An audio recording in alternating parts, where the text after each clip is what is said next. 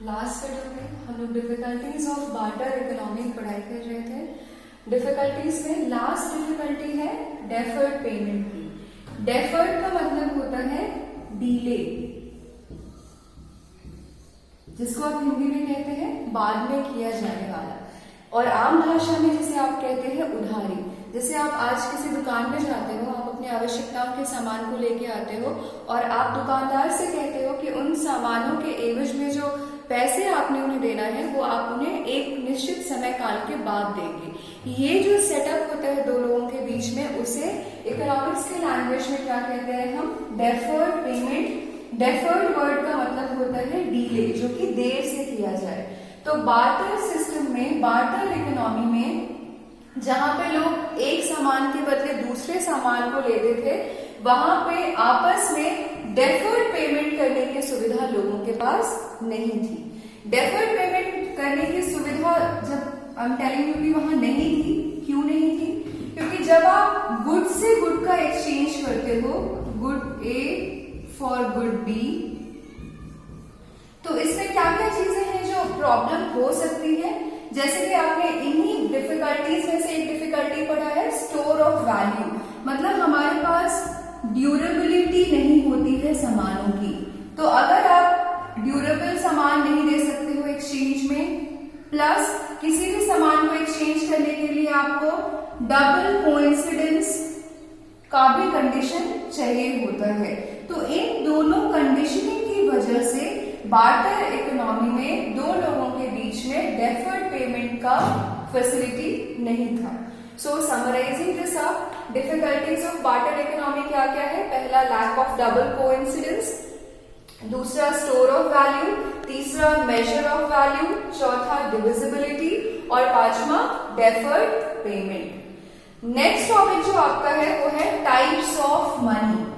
जब मैंने मनी के बारे में बताना शुरू किया था, उसी वक्त मैंने आपको बोला कि जो आप यूनिट में एज ए एकेडमिक सिलेबस में मनी पढ़ रहे हो और जो आप अपने डे टू डे लाइफ में मनी यूज कर रहे हो, उसमें फंडामेंटल डिफरेंस क्या है कि जो मनी आप पढ़ रहे हो that is a medium. Your syllabus is teaching you about the medium that we call as money, और जो आप डे टू डे लाइफ में यूज करते हो, those are the types of money, several different types of money. Money को types में बांटने के लिए ब्रॉडली 4 डिविजन किए गए हैं: commodity money, representative money, fiat money और फिड्यूशियरी मनी। सबसे पहले हम फर्स्ट टाइप को लेंगे, कमोडिटी मनी। क्या होता है? ऐसे इसके नाम में ही क्या लिखा हुआ है? कमोडिटी। कमोडिटी का मतलब होता है कोई भी वस्तु। जब आप ए से बी के एक्सचेंज में मीडियम के तौर पे किसी कमोडिटी को यूज करते हो, तो इस कमोडिटी को हम किस नाम से जानेंगे? Commodity money. इसको ऐसे ही सिंपल फॉर्म में आपने ध्यान में रखना है। कमोडिटी मनी किस मनी को हम बोलेंगे? जब ए से बी के बीच में हो रहे एक्सचेंज के मीडियम के फॉर्म में हम उस कमोडिटी को यूज कर रहे हैं, तो उस कमोडिटी को हम क्या बोलेंगे? Commodity money. इस कमोडिटी मनी का एग्जाम्पल क्या हो सकता है? गोल्ड, सिल्वर या फिर shares. Now as far as I know, आप सभी को पता होगा गोल्ड क्या है, सिल्वर क्या है। गोल्ड और सिल्वर दोनों प्रेशियस मेटल्स हैं, जो from the very beginning of human civilisation इसको बहुत मल्टीपल यूजेस हैं इसके। इसको ज्वेलरी के फॉर्म में भी यूज किया जाता है और इसको कॉइन्स बना के एक मनी के फॉर्म में भी इसको यूज किया जा सकता है। और शेल्स क्या होते हैं? जो सीप मिलते हैं समुद्रों में, उनको हम शेल्स के नाम से जानते हैं। तो as far as we have studied the history, आपने ध्यान दिया होगा कि मानव सभ्यता जो है वो अधिकांशतः किसी न किसी समुद्र या नदी या किसी वाटर बॉडी के साइड अलोंग डेवलप हुई है। जैसे एक बहुत फेमस सिविलाइजेशन है Indus valley civilisation. Indus valley civilisation किस नदी के पास थी? इंडस रिवर के पास। तो rivers have played a very significant role in human civilisation, और रिवर्स या समुद्रों में हमें क्या मिलता है, शेल्स। और शेल्स जो होते हैं आसान होते हैं, हल्के होते हैं, तो उनको एक मीडियम के तौर पे यूज करना आसान हो सकता है। इसीलिए एक ऐसा भी समय था जब हम गोल्ड, सिल्वर, शेल्स जैसे सामानों को ही अपना मीडियम यूज कर रहे थे। सो कमोडिटी मनी ए और बी के बीच में हो रहे एक्सचेंज में मीडियम होगा कमोडिटी।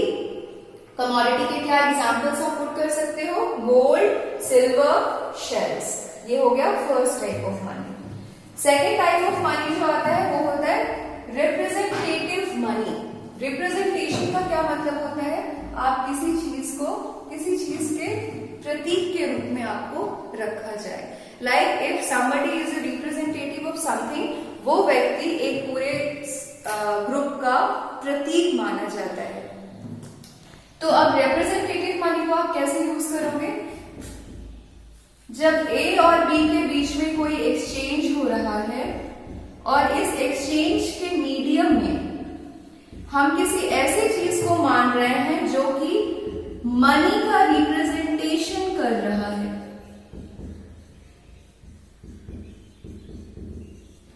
क्या कर रहा है वो, मनी का रिप्रेजेंटेशन कर रहा है, उसको हम क्या बोलेंगे, रिप्रेजेंटेटिव मनी। इसका एग्जाम्पल क्या हो जाएगा रिप्रेजेंटेटिव मनी का, पेपर मनी और कॉइन्स। पेपर मनी में क्या क्या चीजें आ सकती हैं,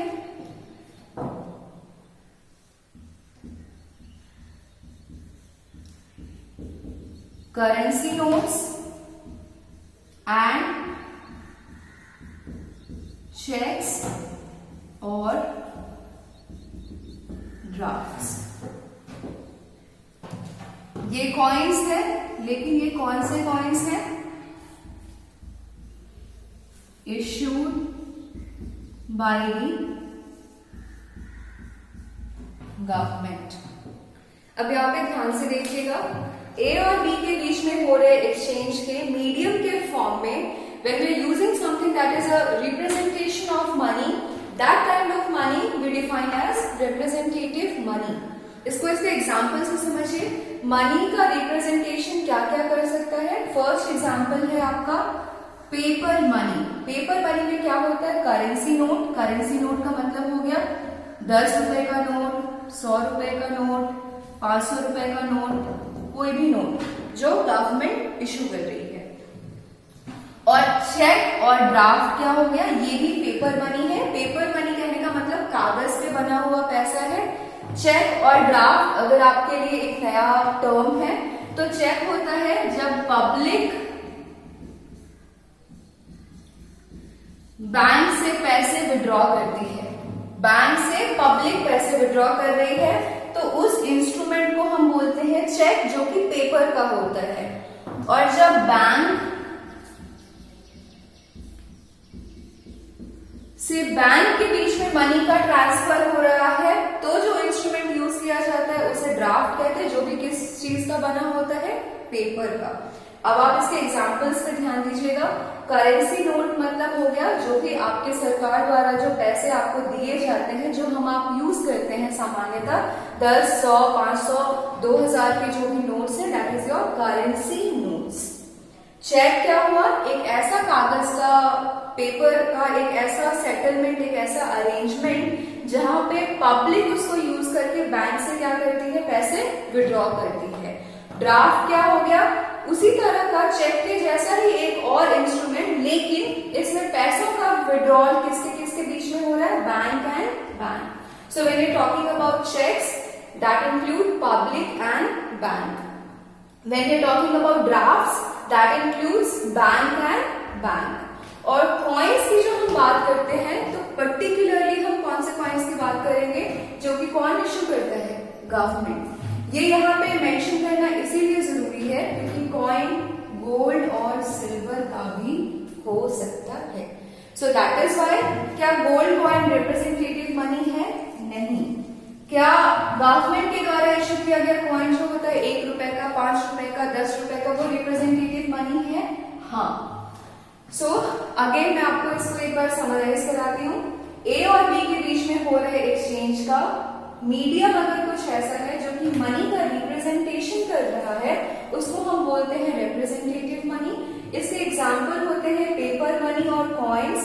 पेपर मनी में आपको दो चीजें देखने को मिल सकती हैं, करेंसी नोट या फिर चेक और ड्राफ्ट। करेंसी नोट्स क्या है? जो नोट्स आपकी गवर्नमेंट इशू करती है। चेक क्या है? जिसमें पब्लिक पैसा निकालती है, कहां से? बैंक से। ड्राफ्ट क्या है? जिसमें बैंक्स और बैंक्स के बीच में पैसों का एक्सचेंज हो रहा होता है। कॉइन्स, कौन से कॉइन्स? जो कि किसके द्वारा इश्यू किया गया हो? गवर्नमेंट के। अब इन दोनों चीजों को पढ़ने के बाद ये जो दो पर्टिकुलर टाइप्स ऑफ मनी आपने पढ़ा है, इन दोनों में आपने देखा होगा कि मोर और लेस सेम सा है। जैसे कि यहाँ पे गोल्ड यूज हो रहा है, यहाँ पे पेपर यूज हो रहा है, यहाँ पे सिल्वर है, यहाँ पे कॉपर या कुछ और मेटल यूज किया गया है। तो दोनों में कमोडिटी का एलिमेंट है। फिर अगर हमें डिफरेंस करना हो कि कमोडिटी मनी और रिप्रेजेंटेटिव मनी का फंडामेंटल डिफरेंस क्या है, तो इस फंडामेंटल डिफरेंस में हम एक वर्ड यूज करेंगे, alternate use.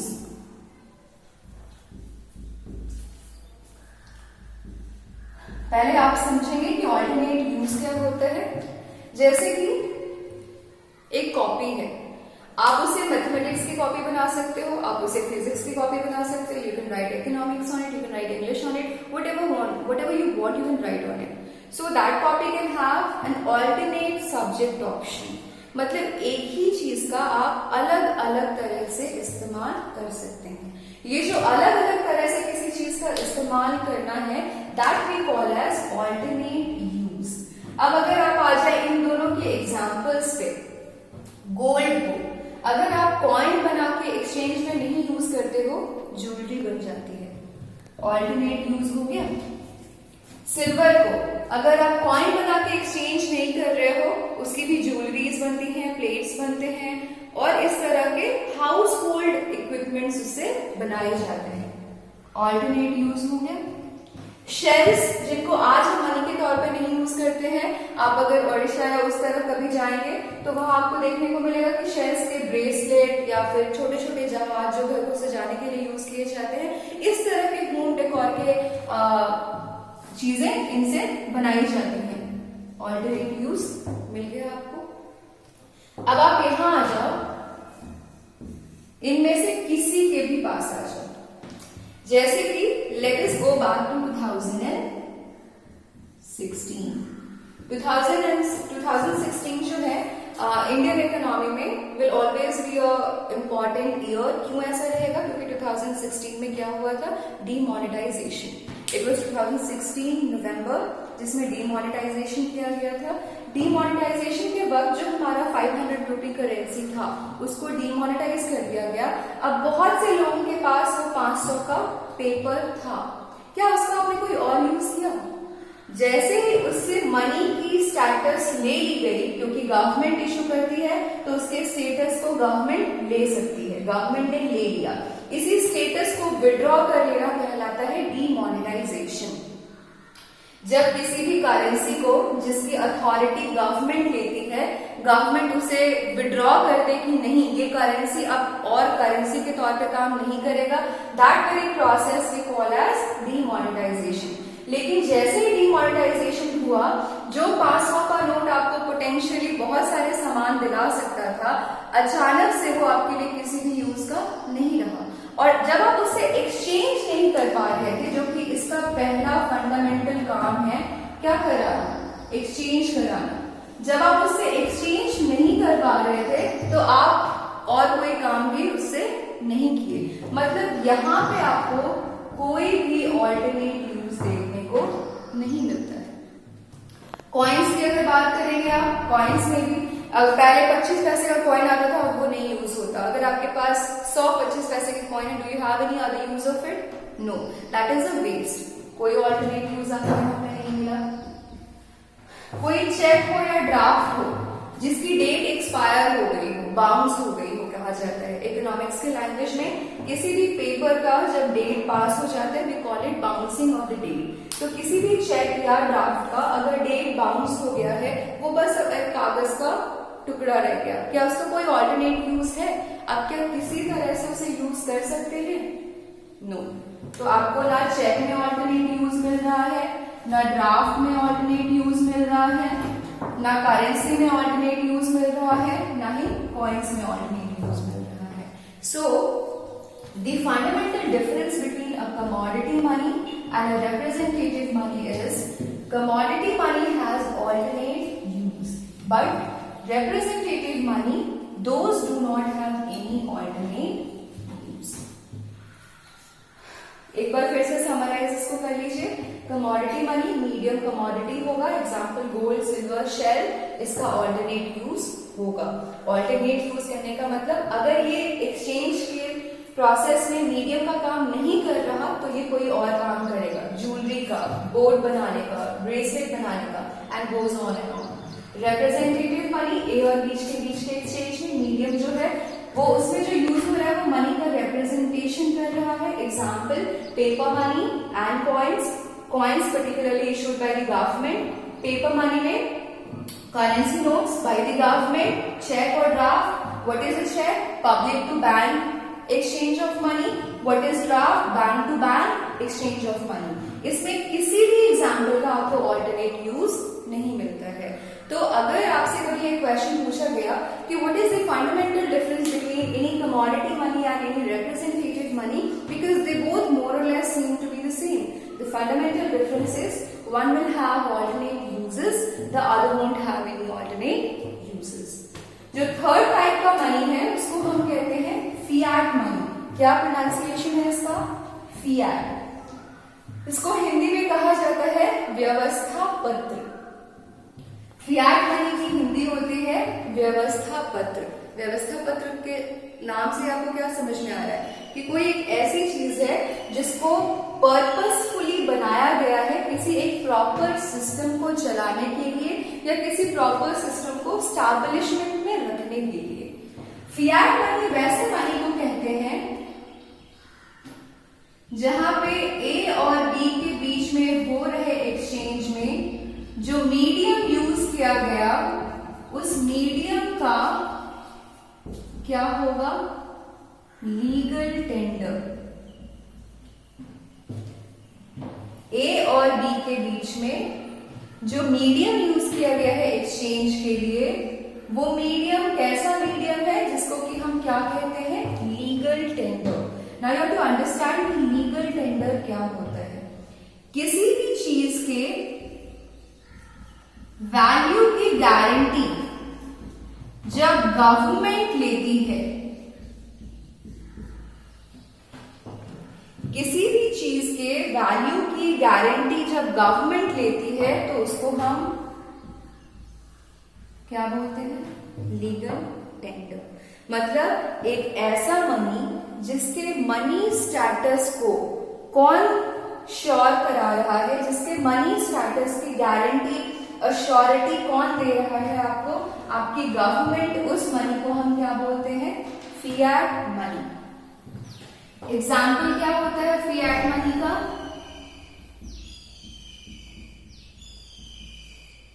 Currency notes and coins. Currency notes and coins. Currency notes आपको अभी मैंने बताया, जो भी नोट्स गवर्नमेंट इशू करती है, कॉइन्स जो भी कॉइन्स गवर्नमेंट इशू करती है। ठीक है। अब अगर आप अपने डे टू डे लाइफ में ध्यान दिए हो कभी तो आप जो नोट यूज करते हो उसमें आपके रिजर्व बैंक ऑफ इंडिया के गवर्नर का साइन होता है और उस साइन के ऊपर एक प्रॉमिसिंग स्टेटमेंट होती है जिसमें the governor of our Reserve Bank is assuring us कि मैं धारक को इतने रुपए देने का वचन लेता हूं।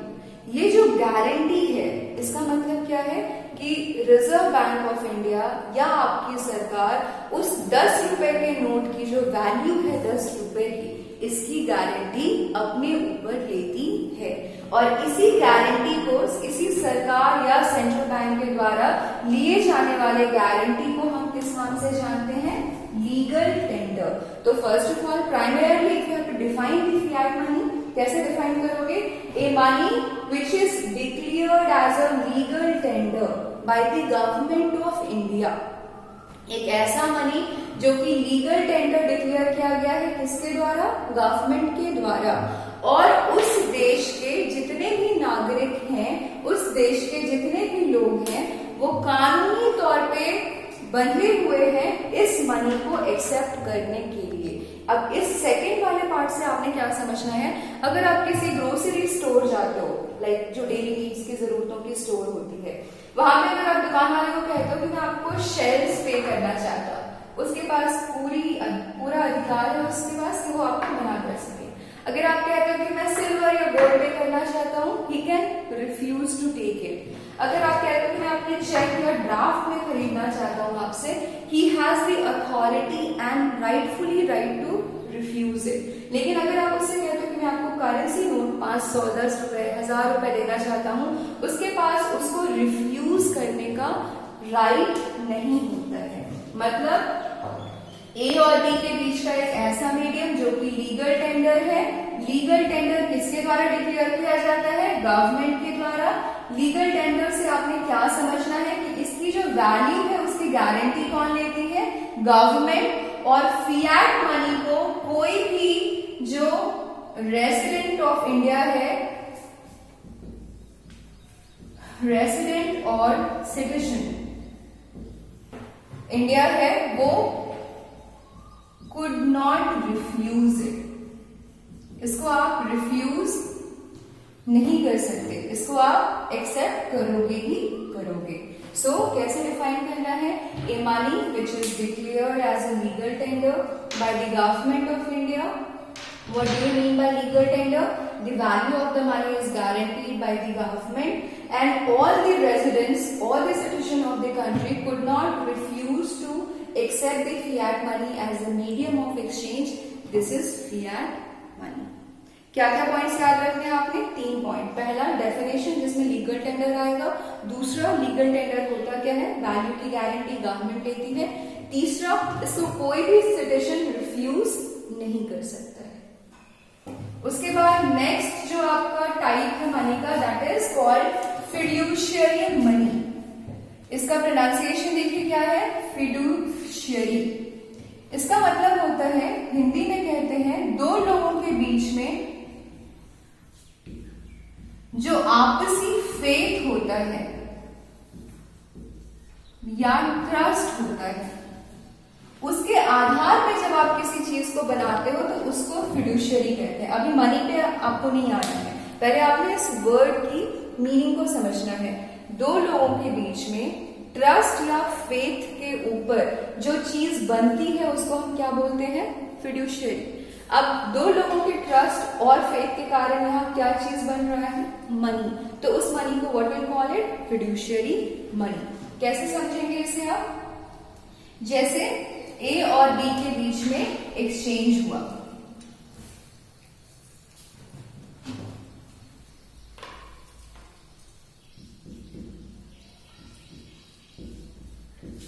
ए और बी के बीच में एक्सचेंज हुआ। एक्सचेंज में एज यूजुअल क्या यूज किया जाएगा? कोई मीडियम। ये मीडियम एक ऐसा मीडियम है जिसमें फर्स्ट हैंड गेन जो है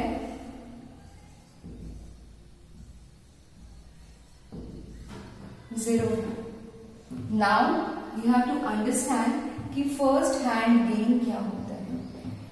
फर्स्ट हैंड गेन जीरो है, तो फिर एक्सचेंज क्यों हो रहा? किसके बेसिस पे? ट्रस्ट के बेसिस पे। इस मनी को हम क्या बोलते हैं? Fiduciary money. इसका एग्जाम्पल क्या हो जाएगा? चेक्स। अब इसको हम इसके एग्जाम्पल से समझेंगे। जैसे चेक है, चेक कैसे काम करता है? पर्सन ए ने एक चेक दिया पर्सन बी को। इस चेक के ऊपर उसने लिखा कितने रुपीज? 5000 रुपीज। अब ये है day 1 टाइम t। डे 1 के टी टाइम पे ए पर्सन ने बी को 5,000 का एक चेक दिया। अगर इसके गेन्स की बात की जाए, गेन्स ऑफ बी, इसे क्या क्या चीजें मिली? एक चेक मिला। ये चेक अगर वो किसी राशन की दुकान में जाता है तो बहुत चांसेस हैं, 95% टू 99 टू 100% चांसेस हैं कि एक्सेप्ट नहीं होगा। अगर किसी मेडिकल स्टोर में जाता है, एक्सेप्ट नहीं होगा। अगर किसी डॉक्टर के पास जाता है, एक्सेप्ट नहीं होगा। किसी होटल में जाता है, एक्सेप्ट नहीं होगा। अब इसे क्या करना होगा? टाइम T0 में इस बी पर्सन को बैंक जाना होगा। बैंक पहले अप्रूव करेगी चेक को और फिर इसके पास एक्चुअल गेन आएगा। अब आप इस प्रोसेस को देखिए। There are 3 stages. First stage, A B को चेक दिया, बी को क्या गेन हुआ? चेक मिला। इस चेक को वो कन्वीनियंटली कहीं भी यूज नहीं कर सकता है। टाइम टी में इसका गेन क्या था? 0। टाइम T0 में ये बैंक जाएगा। बैंक चले जाने से बस उसको पैसे मिल जाएंगे ऐसा जरूरी नहीं है। बैंक उस चेक को अप्रूव करेगी कि वो चेक सही है कि नहीं, उस चेक पे लिखा हुआ अकाउंट नंबर एक्चुअली एग्जिस्ट कर रहा है या नहीं, उस अकाउंट में इतने पैसे हैं या नहीं। ये सारी चीजें जब अप्रूव हो जाती हैं, उसके बाद उसको एक्चुअल गेन होता है। इसके बाद ये बी आदमी कहीं जाके कोई ट्रांजैक्शन कर सकता है। मतलब फर्स्ट हैंड गेन हमारा 0 था, फिर भी बी ने ए से इस पेमेंट को एक्सेप्ट किया। क्यों? क्योंकि बी को ए पे ट्रस्ट है कि वो बैंक अकाउंट सही है, उस बैंक में इतने पैसे हैं, वो चेक वैलिड है। मतलब ए और बी के बीच में हो रहे एक्सचेंज का जो मीडियम है वो किस चीज पर डिपेंड कर रहा है? ए और बी के बीच के ट्रस्ट के ऊपर। इस तरह के मनी को हम क्या बोलते हैं? Fiduciary money. So we'll summarize it. There are 4 types of money: commodity, representative, fiat, fiduciary. Any commodity which is used as a commodity money is a commodity money. Any money which represents money is anything that represents money is a representative money. You'll have to keep in your head the examples of each type of money. Fundamental difference: there are alternate uses, there are no alternate uses. Fiat money, which has a government guarantee along with this, and no citizen can refuse to accept the fiat money. Example: fiduciary money, a money which is fundamentally based on the trust between the two people, and the first hand gain is 0. First hand gain क्या होता है ये आपने यहाँ से समझना है। Example: check. आज के वीडियो में यहीं तक। नेक्स्ट क्लास में फिर will start with the next topic. Till then अच्छे से पढ़ाई कीजिए एंड कीप स्टडिंग।